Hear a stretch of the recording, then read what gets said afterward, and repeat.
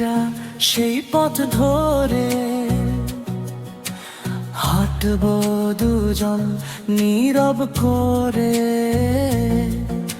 ছোট্ট ছোট্ট সুখের মাঝে গল্প হবে নতুন সাজে। কোরাস